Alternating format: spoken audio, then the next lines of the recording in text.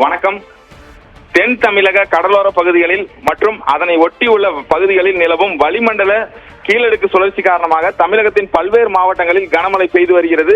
சேலம் மாவட்டத்தை பொறுத்தவரை வெப்பத்தின் தாக்கம் 108 டிகிரி கடந்து வீசி வந்தது. அதற்கு எதிர்மாறாகத்தான் தற்பொழுது நாள்தோறும் மிதமான முதல் கனமழை பெய்து வருகிறது. சேலம் மாவட்டம் வாழப்பாடி மற்றும் அதனை சுற்றியுள்ள பேலூர், நீர்மூழ்கிக்குட்டை, அயோத்தியாபட்டினம், வீராணம், குப்பனூர், பருத்திக்காடு உள்ளிட்ட பல்வேறு பகுதிகளில் தொடர்ந்து கனமழை 5 நாட்களை கடந்து பெய்து வருகிறது. இதனால் கோதுமலை வனப்பகுதியில் மழை நீர் ஆர்ப்பரித்து கொட்டுகிறது. அந்த பகுதி முழுவதும் உள்ள 10க்கும் மேற்பட்ட தடுப்பணைகள் 3 ஆண்டுகளுக்கு பிறகு நிரம்பியுள்ளது.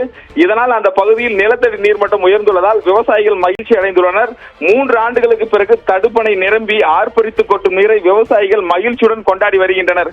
அந்த பகுதியில் விவசாயம் மேற்கொள்ள முடியாமல் கடந்த சில வருடங்களாக விவசாயிகள் கிணற்று நீரை பயன்படுத்தி போதுமான நீர் இல்லாததால் விவசாயம் அதிக அளவில் பாதிக்கப்பட்டது.